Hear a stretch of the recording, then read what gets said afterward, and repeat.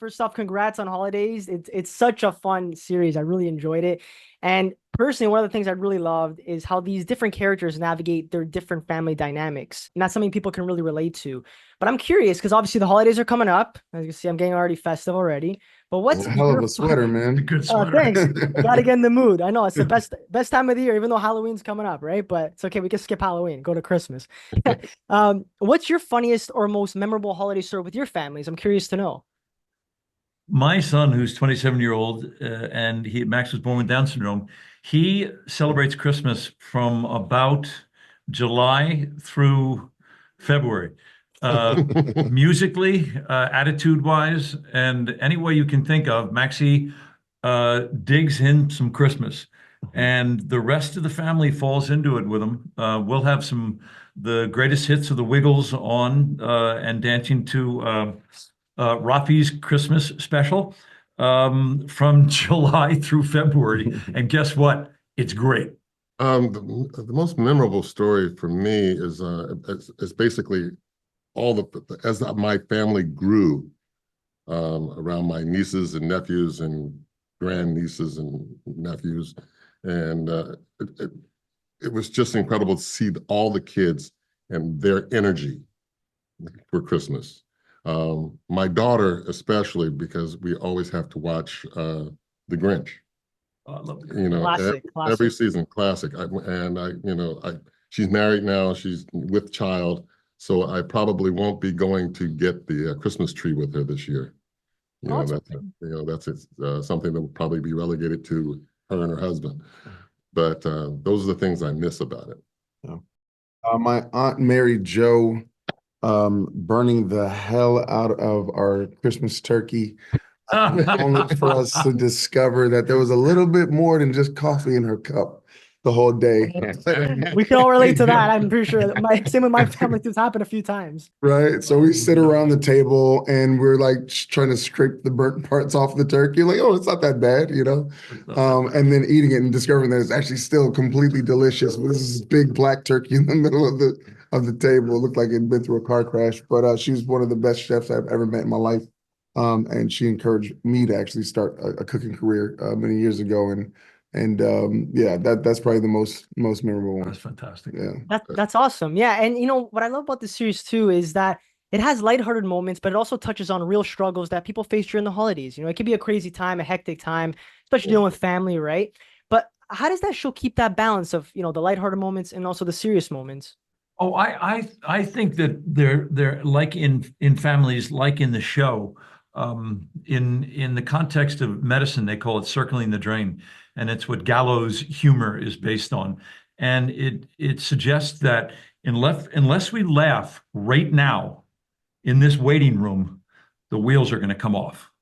And that doesn't suggest that we're not acknowledging the diagnosis the doctor's about to bring us, but we darn sure better laugh right now, whether it's in the waiting room or in the living room at Christmas, because we're on a fragile terrain. And that's where people find life and connections. That's where the connective tissue is.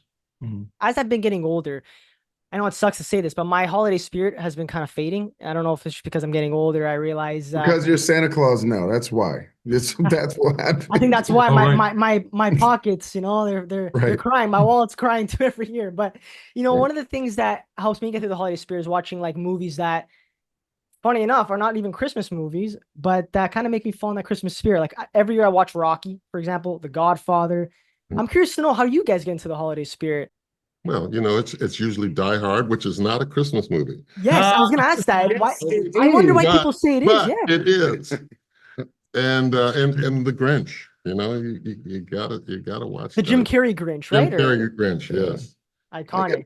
I kind of get myself into the Christmas spirit, just honestly giving myself something to look forward to.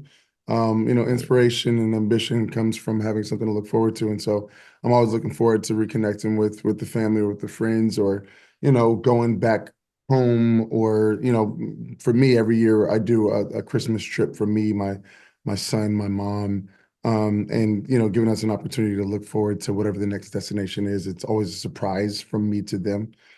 So that's always great. And then of course movies. I mean, we love movies. And I don't think that there's any one particular movie that or movie type that you have to watch around the holidays. I think just catching up on all the movies that maybe you want to see throughout the year. And then of course, throwing in your Home Alones as well. Home Alones. Yes, but only 1 and 2, right? Only 1 and 2, man. The other stuff doesn't even count. That's not Home Alone. I love in our household how the children, which dictate how and what Christmas is going to be, have migrated away from presents, not entirely, but they've started to migrate away from presents and started to enjoy inclusion and acknowledging gratitude and abundance. And when I see that in them, it's contagious. It's wildly contagious. And Absolutely. that's thrilling. Yeah, and also too, just to mention as well, because I know you, Dennis, you mentioned about Die Hard, how it's not a Christmas movie, but it kind of is a Christmas movie. Also, Batman Returns, the Michael Keaton one, that is for me. I watch it every year as well. It gets me right in the mood, which is kind of ironic because it's a dark movie. But yeah, what are your thoughts on that? Like just how those movies. I think you're stretching it, Daddy. You think so? For walking terrifies me, but it's during Christmas when he comes. It is, I know. On the motorcycles and everything like that. The Christmas shopping over there. I'm an old fogey. It's a Wonderful Life still resonates for me. There's scenes in it that just flat out work. I play Ted, and Ted goes through this crazy journey of lying to his grandma, and it's a lot of pressure, right? He gets through it by clinging on to his fiance as best that he can, like in secret, with his family, who's trying to be supportive in this crazy scheme as well. And I think it really comes down to your relationships, your families. So they lean on each other, probably in the wrong way of trying to do this thing to get across to grandma. So I think highs and lows. I think the answer is the same. You go to the people you love. When things go wrong, you go to the people you love. When things go right, you want to celebrate it with your loved ones too. Yeah. Rochelle and I play the Wood Sisters. They're going to answer together. We're going to answer together. Rochelle and I play the Wood Sisters.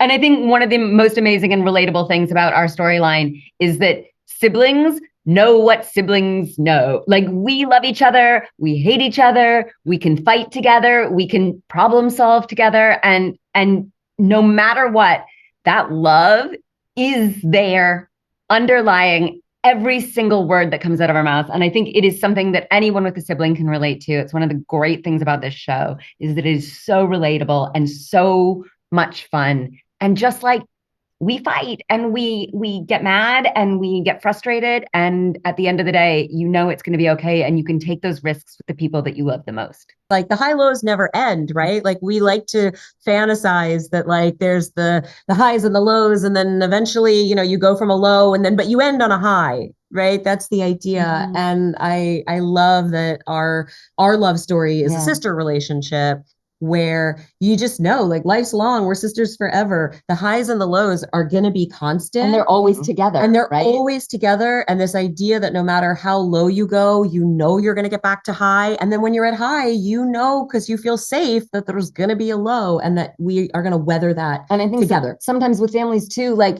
my high and your low we can bring each other up and we can bring each other down. And I think that's it goes like hand in hand too with this as well. Like, people have different strengths and weaknesses, right? So it's like what you said, right? Like, there's times where you may feel at a certain point and your sibling may feel, let's say, like less than, but you can help bring them up, right? And vice versa. Like, you guys work together to make each other better people. I have siblings, so I know that feeling, so I can totally relate. Yeah, it's the two sides of the same coin, right? And no one has all of your life experience in the same way that a sibling does. And also, what I really love about this series, it showcases a mix of cultures and traditions. What was it like representing that diversity on screen, and how did the show handle it? I feel like it did a really good job of it. I wanted to hear your thoughts. They did fantastic. They were very specific about like working with us to bring that specificity into the show. So one example, Asian families don't wear shoes in the house. Actually, I think Canadians just don't wear shoes in the house. And New Zealanders. Italians. Yeah.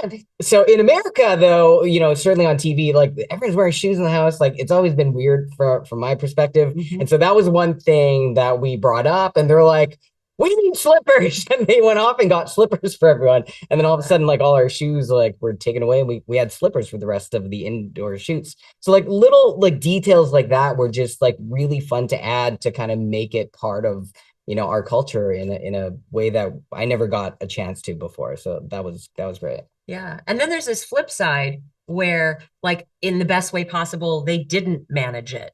Do you know what I mean? Like this idea that it was like there was not it like I never felt like there was like, oh, this is this kind of story. Yeah. Do you know what I mean? Like it was like, no, this is just people and this is their situation. Like yours is a love story, right? Like it doesn't need the qualifier. I feel like it wasn't like this is a gay love story. It's like, okay, they're both men. This is a love story. That is what feels the most meaningful to me, is like not micromanaging that. And I think it happens so organically because like the inclusivity is life, right? This story takes place on a cul-de-sac with all these different families.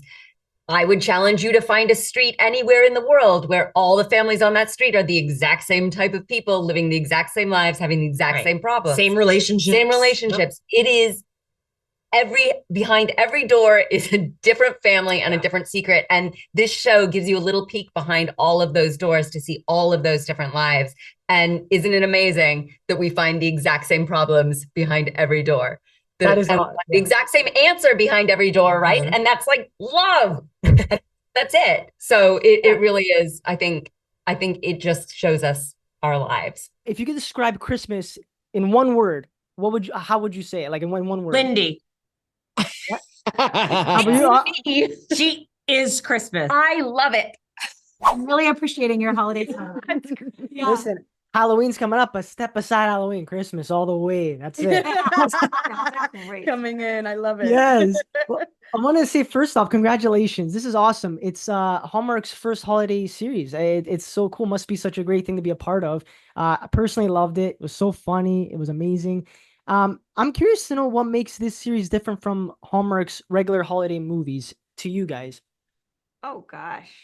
I mean, there's this idea that's an anthology. I mean, that has never been done at all, let alone on Hallmark. So the fact that Hallmark gets to harness it and saw the genius in Gina Matthews, I am just so grateful to be a fly on the wall. Yeah. I think in these days, it's nice that it's not just a binary to show some kind of contrast, but it's multifaceted. The tapestry is bigger. You have, Asian family dynamic, Latino family dynamic, Jewish family as well. When it comes to the holidays, we tend to just think Christmas. So to have this full, well-rounded tapestry in a cul-de-sac is really impressive and well done by Gina Matthews, Grant, Claudia, Hallmark. I really am truly honored to be a part of this. I couldn't have said it better. Yeah. We've been saying all day, we're so honored. We're so honored. Such an important talent, beautiful stories.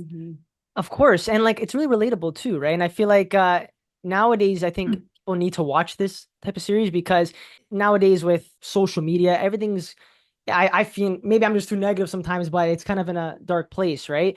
But I want to know, in your opinion, how do you think Holidazed addresses modern distractions versus focusing on what really matters, like the little things? Well, definitely through the storyline between the friends here and having social media be a factor. It's kind of like, what is a highlights reel and what is the honest truth? What is actually more appealing because it's vulnerable and it's humanity, and we could actually connect over that as opposed to something that's presentational. And seeing how that affects you in your everyday life is real. So to get to have that transpire in a storyline is really nice for us to check in with ourselves and how we're handling something in our hand every day that we're treating so casually when suddenly you're like, I'm in a funk. I was not in a funk before this. Right. And checking in so that you can be present with your family on the holiday as opposed to having the phone and seeing someone's highlights reel to compare is really, really cool to have that aspect between two women on a storyline. I feel like now even like the younger generation too, when they watch this, they'll get a sense of that as well. And I think people need to be reminded, of course, to enjoy the little things in life, the things that truly matter, being around your family, friends. And like I was telling to the other cast members when I was speaking with them, love is such a major theme in this, right? So I feel like, love is what brings people together, especially again, when the holidays can be sometimes for a dark time for people if there's family conflicts. So yeah, I totally agree. But I'm also curious to know too, what's a unique or quirky holiday tradition from your family that might surprise people? Well, culturally, Christmas Eve versus Nochebuena versus Christmas Day is something that is always brought up in the Latino community. You know, everyone here in the States, it's specifically Christmas Day. So when you have that element of that being in the mix, you have to figure out scheduling and and sleep to get to like this family, and it's similar when it comes to like, you know, multiple backgrounds of like, oh, a divorced family here, get to visit mom, stepmom, stepdad, that kind of dynamic as well. It's similar more than it is different, but that's definitely one of those things up there where it's like, oh, holidays, got to figure this out. Yeah. Yeah. I would say like shout out to the two Christmas dinner types. Yes. Because like, you know, the divorced families, we have to go Yes. have which I am excited about, but I only have one stomach. Yeah. And so, you know, rationing, like you don't want to ration the food, but you have to. Mhm. My stepmom takes down the tree on Christmas Day by like noon. And Really? she's yeah. Oh, she's hardcore. Wow. But it's Yeah. on the curb and the whole block will know it. Like not even early afternoon. Yeah.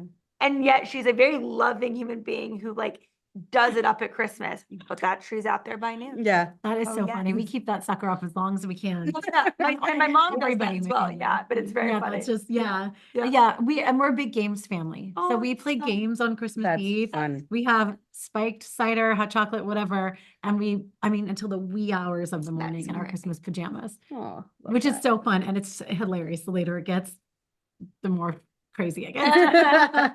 Yeah, I play what's that? It's called picture Dictionary? picture what's it called? Dictionary? Pictionary. Yes, I play that Yeah. every Christmas. That's a good one. Oh, that's That great. is so fun. Yeah, I'm not sure if you played that, if all you played it, but yeah, it's so fun. Yeah. Taboo, I think, is our game. Yeah. Oh yeah, Yeah. we a myriad. We've got a like a legit game wall. You have a closet, yeah. Yeah. Yeah, and also too, I want to get your opinion on this because I talked to John and Dennis and Sedaris about this. Die Hard, how it's not Oh, a yes. Christmas movie, right? But Yeah. people watch it during Christmas. What's a movie you watch during Christmas that's not really a Christmas movie? That's a good Oh. one. Gosh, I mean, Die Hard is the only one I can think of because all the rest of them are straight up just, Love Actually, Christmas Story, Home like Alone is The my ho- movie. the It's like holiday. The holiday movie. I watch Home Alone the holiday. more. I would say that it's not that I don't watch a holiday movie at the holidays, during the holidays. It's that I watch a holiday movie when it's not the holidays, and that is Home Alone. Mhm. I watch Home Alone. Oh, Yes. so you'll watch Home Alone like in the summer, for example. Yes. Oh, absolutely. But I also watch it at Christmas, but I'm a big like Home Alone watcher no matter the season. Yeah. Nice. And the holiday is that for me, actually. If that's on any time of the year, I will absolutely watch 'Cause it. that also bleeds into, it's just holiday, it's not Christmas specific, and then it bleeds into like, what's your plans for New Year's? Years. Yeah, Oh, And that's so it kind of has the Yeah. season all encapsulated it Yeah. in that. Yeah, for me, I was telling them I watch like Batman Returns or like Rocky or The yeah. Godfather. I don't know. Yes. wow. It gets you in the Yes. mood. I don't know. You just trust me. I Try think it Batman Returns, the one with in New York where yeah, that's the one with that Danny definitely- DeVito. Danny DeVito, Yes, the Penguin. with the Yes. penguin, yes, with the Christmas tree in Rockefeller Center. That Yeah. it feels. I'm And with Christopher you. Walken. You know? That's right. yeah. Walk-in. That's a really good walk-in. But yeah, there's definitely a greedy Christmas element that is definitely a niche that is just so rich. It's fun to watch.